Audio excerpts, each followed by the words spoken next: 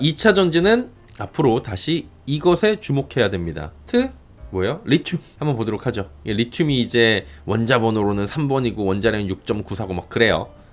어제 2차 전지 거의 모든 종목이 상승했죠. 장 막판에 마이너스 났던 애들도 많이 올라왔고요. 특히 리튬이나 양극재 기업들의 상승세가 좀 좋았습니다. 해리스 트레이드 영향이 있죠. 그리고 미국 하원에 중국 배터리 제한시키고 블랙리스트 이슈 이런 것도 있어요. 중국 배터리 블랙리스트 이런 이슈도 있고요. 이런 원인도 있었는데 그동안 악재로만 여겨졌던 재료인 리튬 가격 하락세가 멈춘 건 아니에요. 멈출 수 있다라는 기대감이 커진 게 한몫한 거 아닌가. 그래서 이거를 좀 이제는 주목을 할 때가 됐구나 라고 우리 한번 보자 라고 말씀을 드리는 거예요. 이것 때문에 올라간다 내려간다 뭐 떡상한다 이거 말씀드리는 거 아니에요.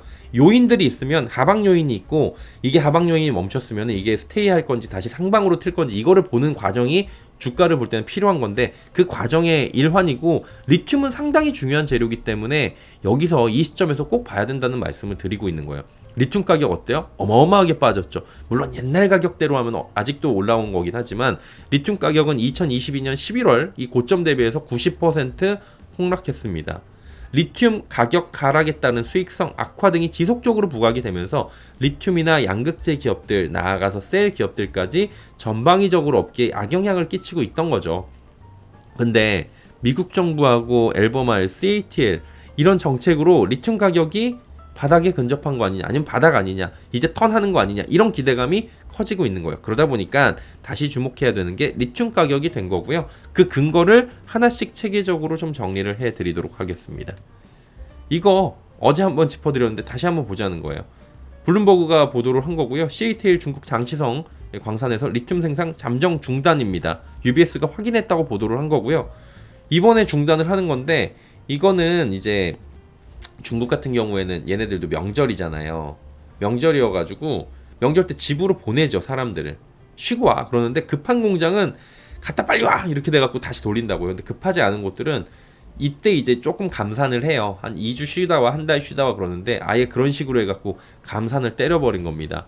그러면은 감산을 때려버리면 어떻게 돼요? 옛날에 하이닉스하고 삼성전자도 결국에 감산 때리고 몇 달 있다가 가격이 쭉 올라갔잖아요. 왜? 시장의 공급량이 줄어드니까 당연히 수요 공급에서 가격을 올리는 요소가 되는 거죠. 이건 가장 기초잖아요.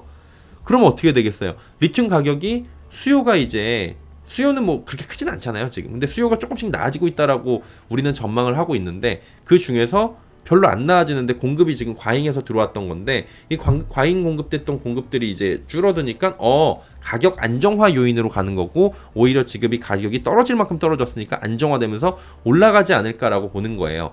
그래서 리튬 가격이 10일에서 최대 23%까지 상승할 수 있다는 분석까지 구체적으로 나옵니다. 리튬 가격이 이렇게 올라가게 되면 어떻게 돼요?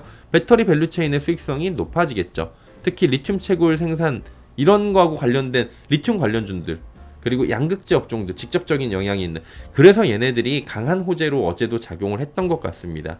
CATL 감산 영향으로 중국 현지 탄산리튬 가격이 상승세를 보이고 있는데 지금 아직까지는 그 그래프나 아니면 시장 가격으로는 반영은 안 되고 있는 것 같아요. 하지만 이런 소식들이 전해진 것 자체가 우리 시장에는 기대감으로 전해진 게 아닐까 이렇게 보여지고 있고요. 자, 첫 번째는 CATL 감산 소식 그리고 두 번째 미국 정부 핵심 광물 가격 보존. 이거 저번에 해드렸는데 기억이 안 나시죠? 사실 이런 게 있었던 게. 그게 별로 이렇게 비중 있게 보도가 안 되니까 이거 굉장히 중요한 얘기거든요. 미국 정부가 뭐 해준다는 거는 리튬, 니켈 이런 친환경 미래 사업에 왜 필요해 얘네들? 만들려면 필요하잖아요. 원재료잖아요. 광물이잖아요. 이 핵심 광물에 대해서 자국 내에서 생산하는데 연방 자금을 지원하는 방안을 검토한다라는 거예요. 그래서 미국 정부의 계획에 따라서 자국에서 생산되는 핵심 광물에 대해서 시장 가격이 설정된 기준선 밑으로 떨어지게 되면 차익을 보존합니다. 이런 내용이에요. 이런 계획이 나온 배경은 중국의 저가 공세 때문에 정부의 보조금 지원이 무색하게 광물 업계가 지금 고전하고 있고 힘들어하고 있고 어디가 힘들어요? 앨범알이 되게 힘들어하잖아요. 이 실적 되게 안 좋아졌잖아요. 왜 그런 거예요? 중국이 그냥 죽던지 말던지 뽑아.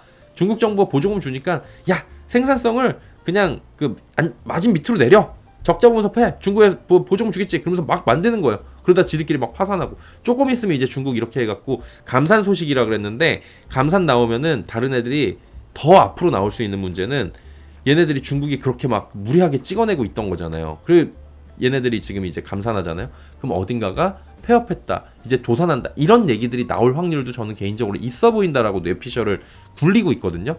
그런 거하고 맞춰가지고 지금 우리는 얘네들 때문에 힘든 기업들에 대해서 가격 안전망을 좀 제시를 하겠다라는 거예요. 폴리티코는 중국의 과잉 공급 속에 리튬, 니켈, 청정에너지 전환에 필요한 광물 가격이 폭락해서 미국 업계가 재정적 어려움을 겪는다고 지적을 직접적으로 하기도 했습니다.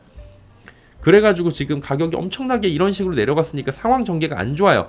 그러니까 정부가 초기 자본 투자를 넘는 지원책을 가동해야 된다는 목소리까지 나오고 있어요.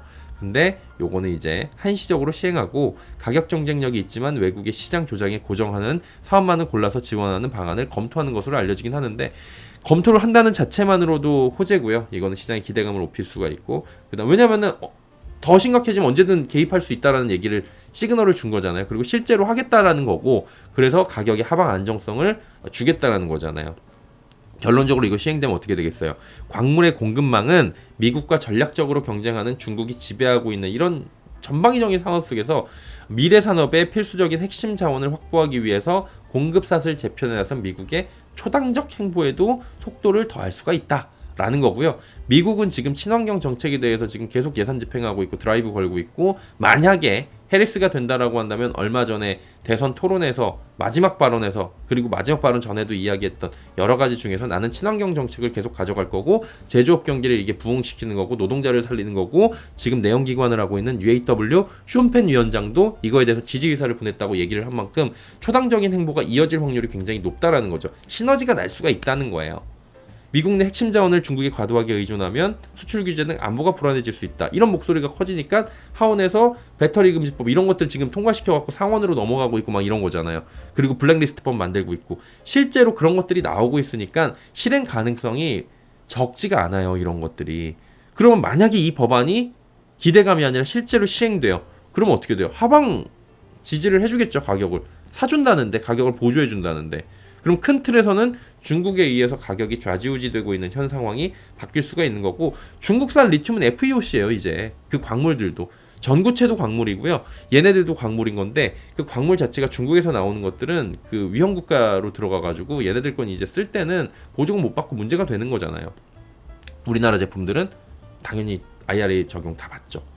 특히 리튬 공급망은 말씀드렸다시피 지정이 되잖아요. FEOC로. 그러니까 이제 북미 리튬 등에 대해서 프리미엄 커지게 되는 거고, 우리나라도 북미에서 만드는 기업들, 북미 쪽에서 이제 캐나다나 북미 쪽에서 이제 저 광산이나 염호, 그다음에 그 근처에 있는 뭐 칠레나 이런데 아르헨티나에다 IRA 되는 애들, 그런 거 갖고 있는 애들이 있으니까 프리미엄은 한국이 만드는 한국산 그 리튬에 대한 프리미엄도 커질 수 있다라고 보는 거죠. 이게 잘 알려지지 않은 소식이에요. 근데 요 소식들도 리튬이나 니켈 가격에 충분히 영향을 줄 수 있는 그런 요소입니다. 그리고 요거 앨범알 호주 공장 생산량 확장 계획을 중단시켰습니다. 이게 요것도 보도가 잘 안 됐던 것 같아요. 지난 7월 31일 날 호주 캐머톤 수산화 리튬 생산 공장 확장 중단한다고 밝혔습니다. 40% 공장 인력 감축하고요. 왜 이래요? 힘드니까, 안 되니까 그런 거예요. 원래는 가공 라인 4개로 확장하고 10만 톤 규모로 늘리려고 했는데 취소하고 세 번째 라인 건설을 중단한 겁니다. 이건 뭐예요? 리튬 가격 하락세가 지금 장기화가 되고 힘들어지니까 얘네들도 수익성이 타격을 계속 입고 있는 거예요.